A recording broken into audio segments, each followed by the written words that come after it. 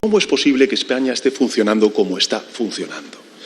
Mirad, somos, y tenemos que decirlo con orgullo, somos los primeros representantes de una socialdemocracia renovada que sí o sí se va a abrir camino en Europa durante los próximos tiempos.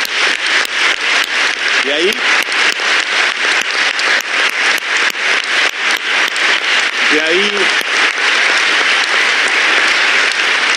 ahí que tengamos la obligación de gobernar con eficacia, de no perder nunca la ambición y caer en la autocomplacencia. Debemos mantener el buen rumbo de estos años, que a España le están sentando, pero que muy bien, y acelerar además el ritmo para convertir a España en un referente de prosperidad y de bienestar. Un referente pues, que sirva de brújula a los demás, como nos sirvieron a nosotros en el pasado la socialdemocracia escandinava o también la socialdemocracia alemana cuando iniciábamos nuestro tránsito hacia la democracia y empezamos en los primeros años de democracia y de pertenencia a la Unión Europea. Ahora, por tanto, nos toca a nosotros inspirar a otros, ser la luz en un tiempo oscuro. Eso es lo que le corresponde a la socialdemocracia española. Por eso, me gustaría compartir con todos vosotros y vosotras 5 prioridades muy coherentes con lo que venimos haciendo durante estos últimos 7 años, pero 5 prioridades para el curso político que empezamos en el Parlamento. La primera de las prioridades es crecer, crecer y crecer. Eso es lo que tenemos que hacer, porque gracias al crecimiento creamos empleo, tenemos ingresos públicos y podemos redistribuirlo en forma de un fortalecimiento de nuestro estado del bienestar. Sabéis, además, que las reformas que hemos llevado a cabo en estos últimos 7 años están dando unos frutos probablemente superiores a las previsiones que nosotros inicialmente teníamos. Que España es, a día de hoy, la gran economía de la Unión Europea que más crece, la que más empleo crea y la cuarta que más reduce su deuda pública. Solo en lo que va de año, nuestro país ha creado 77.000 nuevas empresas. Ha aumentado sus exportaciones por valor de 2.000 millones de euros.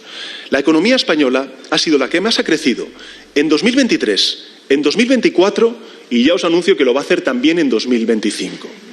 Tal es el dinamismo de la economía española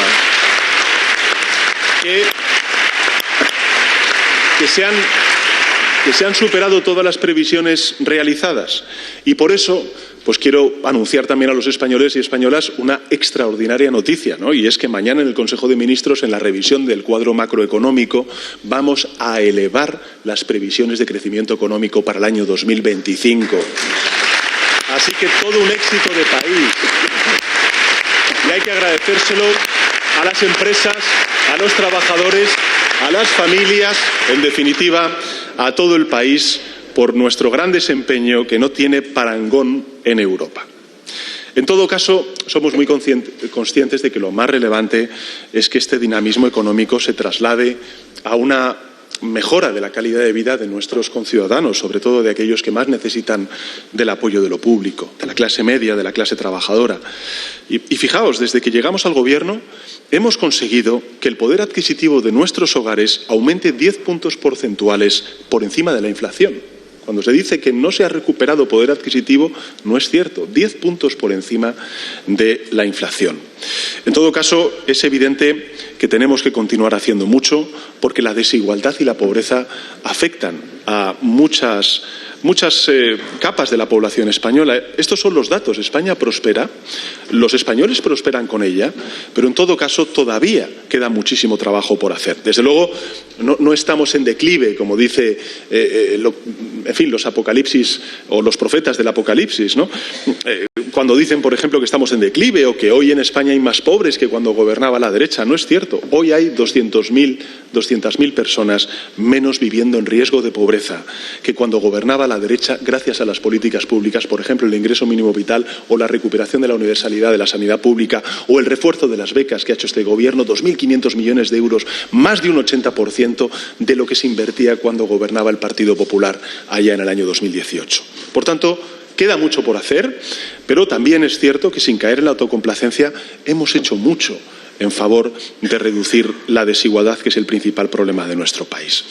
Nos queda muchísimo por hacer, entre otras razones porque venimos de muy atrás y también porque aspiramos a llegar muy lejos. Por eso, pues tenemos que seguir aumentando el salario mínimo interprofesional, tenemos que seguir revalorizando las pensiones, aunque eso ya está garantizado por ley, tenemos que seguir reforzando las prestaciones sociales. En fin, aunque la derecha y la ultraderecha se opongan, tenemos que seguir haciéndolo, tenemos que seguir incentivando o exigiendo a las empresas que suban sus salarios cuando también suben sus beneficios, y si no, que se mire el IBEX. Se mire el IBEX, cómo está la banca, cómo están las eléctricas, cómo están, en fin, las grandes fortunas. Este Gobierno es el que ha aprobado un impuesto a la banca y un impuesto a las grandes fortunas para caminar en beneficio de esa justicia fiscal, pero tenemos el principal problema para muchísimas familias, particularmente para los jóvenes, que seguir resolviendo, que seguir comprometiéndonos, como es la vivienda. Por eso quiero que pongamos en nuestra agenda como segunda prioridad el acceso a la vivienda, sobre todo y particularmente de la gente joven. Es verdad que lo estamos viendo en la... Sabéis que este es un problema complejo para el que no existen atajos y que la responsabilidad es compartida de todas las administraciones, de los ayuntamientos en la planificación urbana y también, lógicamente, de las comunidades autónomas, pero también sabéis que no vamos a usar nada de esa complejidad y ese compartir competencias como excusa, y que vamos a hacer todo lo que está en nuestra mano para poder resolver esta grave cuestión que afecta a muchísima gente en nuestro país. Por eso creamos el Ministerio de Vivienda, por eso hemos impulsado una política de vivienda integral, ambiciosa, hemos multiplicado por 8 los recursos en materia de vivienda, hemos aprobado la primera ley estatal de vivienda que limita las subidas de precios en las áreas tensionadas. ¿Qué hacen alcaldes y alcaldesas del Partido Popular que saben que tienen barrios con precios tensionados y no piden a esa comunidad autónoma que se aplique la ley de vivienda para poder defender el derecho de sus jóvenes y de las familias a poder acceder a una vivienda con un precio asequible?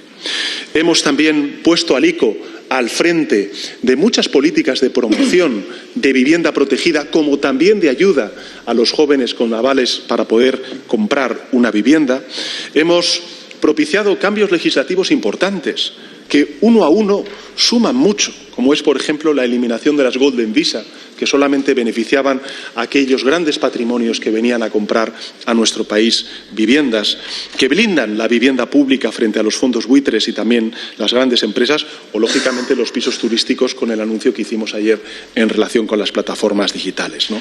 Junto a ello, hemos impulsado la construcción, la rehabilitación de viviendas, hemos también planteado una dignificación aún mayor del sector de la construcción, poniendo en marcha un proyecto estratégico con cargo a los fondos públicos, creando el PERTE de la industrialización de la vivienda. En definitiva, los resultados de estas medidas empiezan a ser visibles. Es verdad que queda muchísimo trabajo por hacer, pero fijaos, el año pasado se terminaron más de 100.000 viviendas de obra nueva. Se iniciaron más de 135.000 viviendas, la mayor cifra de los últimos 14 años. Y en 2025 la construcción privada ha crecido un 13%, mientras que la construcción de vivienda protegida ha aumentado un 62%. 13% la privada, 63% la protegida. Y la ley de vivienda, que se aplica ya al 17% de la población española, a partir de 2027 y antes en Castilla y León y en Andalucía, se aplicarán en Andalucía y en Castilla y León, porque habrá gobiernos progresistas liderados por el Partido Socialista. En todo caso, la ley de vivienda ya está reduciendo el precio de los alquileres, ¿no? Por tanto, nuestras políticas en materia de vivienda avanzan en la decisión correcta. Aún queda mucho por hacer porque hay muchos ciudadanos que no han podido comprarse una vivienda o alquilar un piso gracias, en fin, o como consecuencia de este alza de la vivienda, este problema que tenemos con el precio de la vivienda. Pero sabemos que el problema aún está por resolverse, que hay que hacer más, que se necesita que las empresas pongan de su parte, que cumplan también con la ley, y por eso, pues hoy mismo vamos a exigir, como anuncié ayer en Málaga, a las plataformas de alquiler vacacional que eliminen de su web 53.000 pisos turísticos que no cumplen con la legislación, para que todas esas casas vayan a parar a la gente que las necesita